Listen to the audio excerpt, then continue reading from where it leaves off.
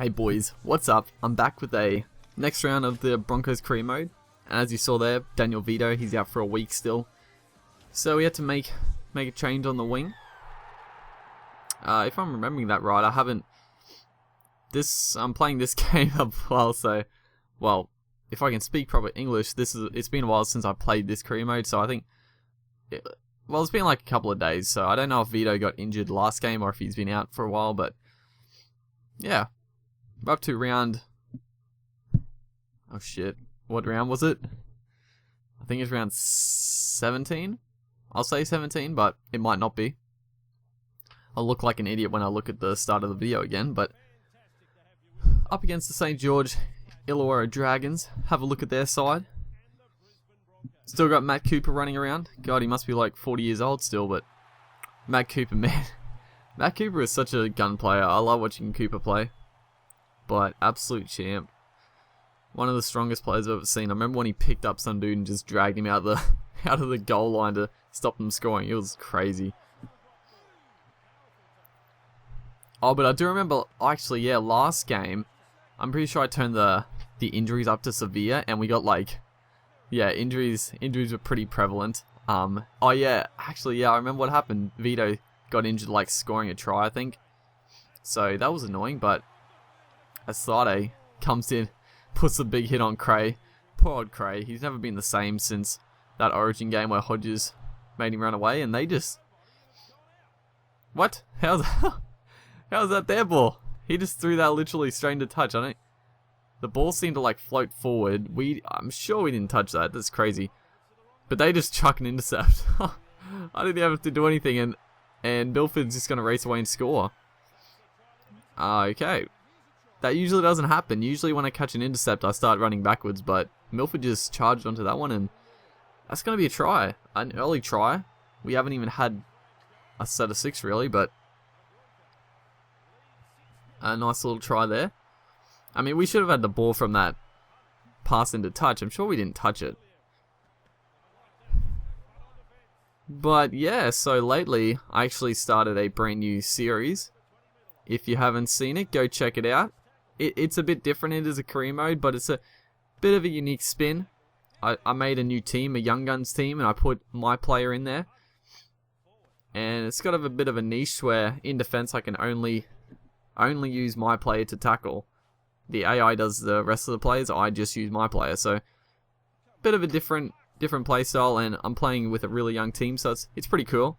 I actually had to get rid of the Sharks in that, so that's pretty funny. Hopefully I don't have too many Sharks fans. I mean, there's not that many, are there, Sharks fans? I mean, come on. But I was trying to think of what team I should get rid of, but Sharks is probably the best one, because you can't have more than 16 in the comp, obviously. So, a bit annoying, but it's all good.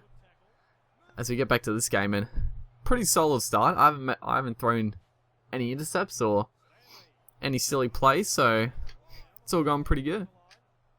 I think we're fully past, if I remember, I think we're fully past the Origin period, so it should be pretty good,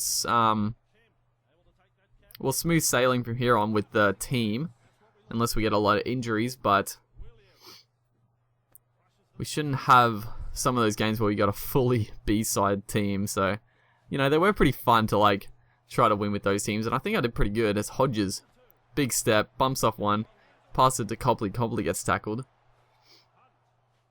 Yeah, and Hodges, nice little inside ball to Thade, but having like a really good footwork stat as Hodges obviously has, or agility, is really good in this game because you can just step and like just beat players with ease. It's crazy. And Hodges is like Hodges does that in real life, but in this game he's super overpowered as we put a good kick down, but that's actually going to bounce dead. So actually, it's not a bad kick in this game. It's not the 7 tackle rule. That's interesting. So I'm guessing the 7 tackle rule is going to be in the next rugby league game. Although I feel like it'd be hard to. I guess it wouldn't be that hard to implement. It would just be 0 tackles. So yeah, I guess that'll be in the game. Oh shit! I thought we had that intercept. Georgetown was off and away, but we can't really get the intercepts like they do. So they make a good 30 meters there. And now they're sort of on the attack as Fiend Fiend gets tackled out of dummy half. Makes no ground. Typical Fiend. Shit player. Poor old Nathan Fiend. Can't stand him though. As Kemp charges onto that. Doesn't make too much ground. Parker gets driven back. For some reason he ran straight back into the markers, which is never a good idea. So we look to spread it wide, and a intercept straight to Jared Beal. Just no chance. That's going to be a try. Poor play. I'll admit, poor play.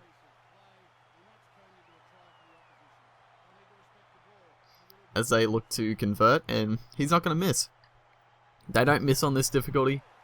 I've never seen them miss on this difficulty, so I would like, yeah, I mean, AI balancing is definitely something that needs to be improved in the next game. Because, I mean, not missing goals is a bit of a fucking pain in the ass. I mean, it's not that it makes the game more challenging and that's a bad thing. It's the fact that there's too many times, as we get a knock on with just a normal tackle, he just drops the ball. I don't know if he's trying to pass it. So we're on the attack. Milford lines up ball. I thought I was going to do a nice little play, but Milford threw it too far and it's just gone straight to the Dragons. But back to the goal kicking, like, it's not that it makes it more challenging, it just makes it more that there's going to be more golden points, which are a pain in the ass. Especially when I do, like, these live commentaries, it's a pain in the ass for me, because, as Cooper makes good ground, we knock it on.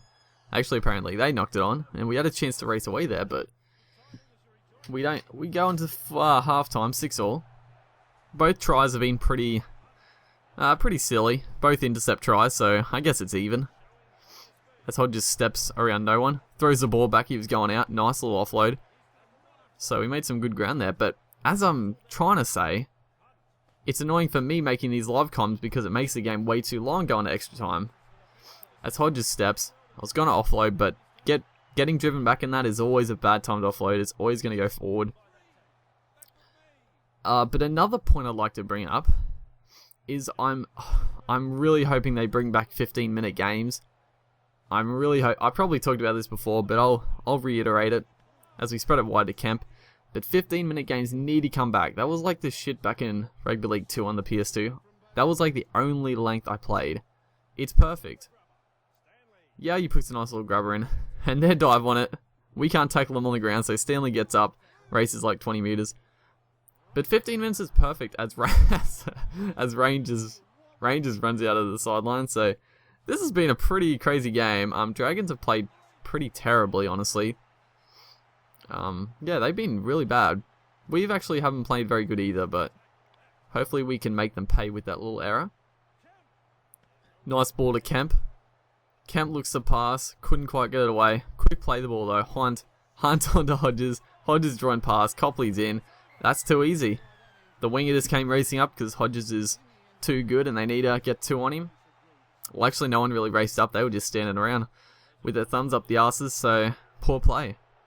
But back to 15-minute game time. It needs to come back because 10 minutes isn't that bad. It's a bit short though, and like it's only a few sets. If you really work it out, it's not that many set of sixes, so you can't really waste your time playing properly. And then 20 minutes, I feel is too long. Especially doing YouTube videos, 20 minutes is like that's gonna drag on like goddamn half an hour. As Yayi in and away, the big fend off, and he's just gonna go in to score. That's what Yayi does in this game. I mean, Yayi in this game is really good because he's able to step around plays, but also the fend is very potent. Most players either have a really good step or they have a really good fend, and Yayi's got both. I'm still pretty much like every second game I bring up that I'm so sad about Yayi, but it's so devastating because Yayi was like my favorite player, and he was such an awesome player. He was so good, such a good player. As we try a sneaky offload and just silly, really. We have got a good buffer, a 12-point lead, so I'm not too worried. But just silly play, really. And that's the type of thing that'll cost me in close games. And I'm not gonna stop doing it because that's just how I play. I play these games to have fun. As they just throw, as Hunt just races up and he throws into the back of him, and not a knock on, so we get the ball back with Thaiday jumping on it. And Hunt just does the old pass himself, but Kemp says none of that and picks it up. Thaiday looks like he was offside, but he didn't make the tackle anyway. And not too long to go. Hodges with a nice little step. And actually, I've got Hodges playing on the right-hand side. I think from Origin, I forgot to put him back to the left. I'll probably forget to change it. I don't know. I'll probably change it in the future. But I'd like him out on Yayi's wing. Because, I mean, those two were a killer combo in real life and on this game. As they make some good ground off that kick. Up to the 50-meter line already. As Beal looks to bust through, playing in the middle of the field there. Nice little change up. Cooper with a little show and go. But we're defending really well. Honestly, they haven't looked like scoring, and wow. We just come up, Parker just comes up and whacks him and also injures him. Makes him lose the ball. I mean, that's an absolute double whammy. As Copley's straight through, he's going to get taken here. A little chip and chase. And we don't get it back. But, wow. Who was that? I don't know who it is that's injured. Oh, is it Nathan Fiend? I think it's Nathan Fiend. I think Fiend just went off. Oh, that's great. Parker just come up and smashed Nathan Fiend. He got injured. He dropped the ball. Perfect play, really. And that to be Nathan Fiend just made my night right there. Not too long to go in the game. As Tony Williams comes up and absolutely smashes another Dragons. He loses the ball, but they say backwards.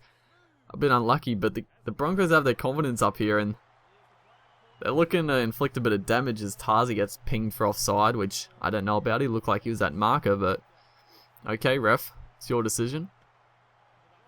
But we're sort of rubbing salt into the wounds here. We're coming up with some big defense late, and that's usually always the best thing about rugby league, playing it as well. Like if you got a bit of a lead, you know, and you're on defense, then you can start racing out of the line, trying to put hits on.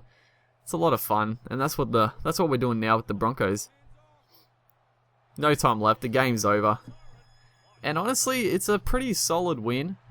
I don't think we played that good, but just solid, really.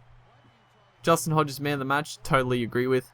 But yeah, that's this round done and dusted. Hope you guys enjoyed it.